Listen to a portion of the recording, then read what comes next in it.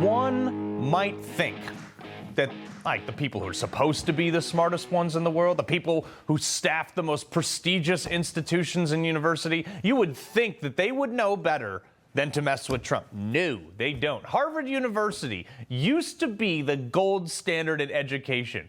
And look, guys, I am celebrating this. If you went there, you had to be smart, right? Well, apparently not anymore. Trump tried to warn them, too. He basically said, hey, Harvard, stop hating white people. Stop hating Republicans. Stop letting little mini-terrorists harass Jewish people running wild on your campus. Change your hiring process to merit-based, or I'm going to pull your tax-exempt status and your taxpayer funds, and I'm going to revoke all your student foreign visas. I'm not going to have a problem with foreign students, but it shouldn't be 31%. It's too much because we have Americans that want to go there and to other places, and they can't go there because you have 31% foreign. My man makes a good point. Make room for American students. Apparently, though, that was too much to ask for Harvard. Did the so-called, smartest people not learn anything when they got slapped down by the Supreme Court back in 2023? Now, keep in mind, Harvard lost that case at the Supreme Court when 4 out of the 9 justices actually went to Harvard. That's how wrong Harvard had to be on that one. If you remember the affirmative action case, that it struck down their race-based admissions program, okay? There was a 6-2 decision in the favor to strike it down. Obviously, KBJ recused herself because she was currently on the board at Harvard, but can't define a woman, but she's on the board at Harvard. That tells you everything you need to know. Anyway, the Supreme Court said you can't exclude applicants based on the color of their skin, which is kind of the whole don't be a racist point that Trump is trying to make by tearing the DEI out of that place. Anyway, on top of that, Harvard has let in so many people that not only aren't American, but ones that openly hate America, that have been engaging in all kinds of protests, some may be here on student visas even, that are working for the Chinese Communist Party.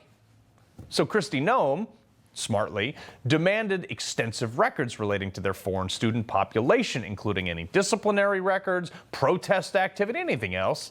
Now, Harvard, in an effort to stifle this whole thing, they just gave the DHS a huge swath of files, but not the files that DHS actually asked for. So last week, Trump said, hey, look, guys, I'm done playing games with you. Now we're revoking your ability to take any foreign student. Sorry.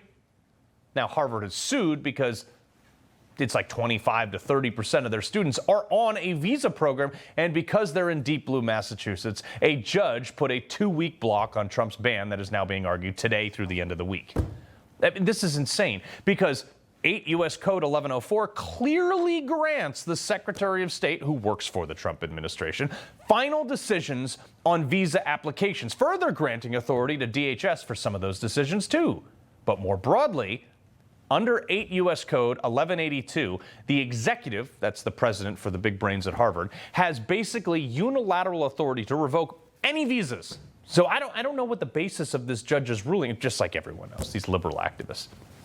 It was funny, too, because as I was reading through this document and through this law, I was trying to find something anywhere where it said a district judge in Massachusetts can override that. I mean, maybe I missed it. I didn't go to Harvard. I don't read too good. I don't know. It could be in there. But here's a guy with 8 degrees that, he's got the SADs over this. I will lose the degree. It's my 6th year. I worked here for 6 years. Lose my dreams and then lose, years of my life. I mean, this guy went on to explain how he has 7 degrees. I mean, what is your dream? To just go to school for the rest of your life? This was the 4th school he's gone to. I mean, do something with those 19 degrees. How about that, pal? But good news for new students soon to be exiled from Harvard. Germany, thankfully, has stepped up and offered many students no longer allowed to attend Harvard a chance to study in their country. Good. You know what? Best of luck in Munich. Enjoy Oktoberfest. But the real way to bring Harvard to heel in this fight? Cheddar, money, cash. You and I, we wake up, we work from January to June for free to pay the G-Man our tax tabs, or we go to jail. But they turn around and they give $5.5 billion of that to people who are suing the guy who America had just voted for. And since they keep giving this administration the finger, they're all shocked when Trump terminated their funding. First off, I care approximately, give or take, I'm averaging here, 0 about Harvard losing any money whatsoever. In fact, I applaud this. But some guy at the New York Times ran to MSNBC like Chicken Little, the sky is falling. Look at this. Harvard is facing an existential, perhaps untenable crisis here. They've lost billions of dollars in funding for shared research. Boo-hoo, it's their own fault. You want money from us? You don't get to do whatever you want, dude. On top of the obvious, also, why should an institution that is essentially a hedge fund get any tax dollars from any one of us? Anyone? No? Harvard has a $53 billion with a B dollar endowment. That's more wealth than 109 countries in this world. It's got more than the GDP of 130 countries. And you want me to feel bad about them losing $5.5 billion in my tax dollars from federal funding? Nope. By the way, that $53 billion they have, it grows tax-free, of which they grew at 9.6% last year. Oh, and their donors get to write it off for forking over more money to contribute to that. Yeah, I'll take my tax dollars back, thanks. Also, the crazy thing is that they are suing to get some of that money back. They're suing to get $2.2 billion of it back. I mean, can you imagine how that argument in court's going to go from allegedly the smartest people in the world? Hey, we hate Trump, and we craft our entire campus ethos around teaching how bad he is. He withheld our grant money. We're mad about it. We need to get back so we can continue to teach people to hate him. Wah! I mean, give me a break. This is academia. Look, folks, you know I didn't go to college. This is why. Okay, their argument is now that, well, we won't be able to do any research to help, this cause or whatever crazy thing they're studying. And I'm like, save it, dude. You are not the only university that does research, so innovation will be fine, all right? Nothing makes my point more than that my tax dollars would be better served somewhere else. Nothing makes the point more is the fact that Harvard just had to strip tenure, which apparently is really hard to do. They hadn't done it since 1940, by the way. They stripped it from a professor who you guys at Harvard caught lying on a study about... You're never going to believe this. It's a study about dishonesty. Claw back every dime we ever gave him. The professor was apparently, and I'm quoting here, a renowned Harvard professor, a celebrated behavioral science. Celebrated for what? I've certainly never heard of her. And the 4 people I spoke to today that went to Harvard, they'd never heard of her either. But she was renowned, guys, okay? For this woman right here. And she looks like a lib. Francesca Gino just got the boot for lying on a study about lying. But here's the kicker. She's written more than 140 of these published papers and gotten a ton of awards in academia for who knows what.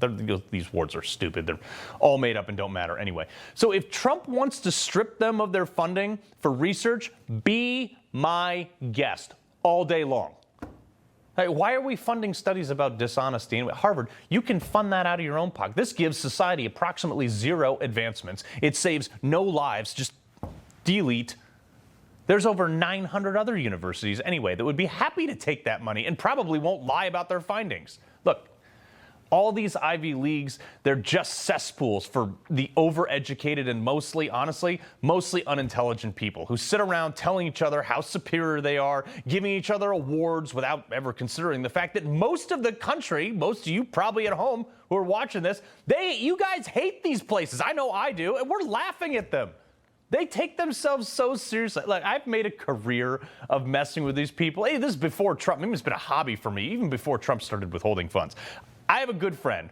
He went to Harvard. Every year he has his boat shoe, no socks Harvard class over for a bro out session. And I don't know, one year somehow I got invited to this thing. Anyway, so of course the first question when meeting these folks is, oh, well, how do you know, well, I don't want to use his name, but how do you know Mike, we'll say. Right out the gate, oh, we went to Harvard together. This is my favorite. I'm like, oh, Harvard, never heard of it. Anyway, what do? You just try to move right along with the conversation, and this dude would not let it die. He's like, wait, Harvard! I'm like, yeah, dude, I'm not deaf. I just never heard the school. Is it a big school? Melting down. Supposedly smart people. He just kept saying, Harvard, screaming it. I'm like, is that around here? Should I know about it? All the education in the world. No practical intelligence. Dude, I'm messing with you. I live in Greenwich, Connecticut, where like half the town went to some Ivy League school. Most went to Harvard. The guy who was my best man twice, whose house we were at, went there. You honestly didn't think I knew what Harvard was? I mean, come on. It makes my point that the education and intelligence are entirely different. This is what Trump is trying to get across to these people. You want to hate most of America and you want to think you're better than everybody and above the law? You can do it for free. These universities have gotten filthy rich, paying staff hundreds of thousands of dollars to teach a single class. They have force-fed gay, trans, anti-American, DEI BS to an entire generation that's almost ruined this country. That ends right now. He loves the Constitution. He fights for what's right. He hates the bad guys. He's a freedom warrior. He's your freedom warrior. Watch Carl Higbie every weekday on Newsmax.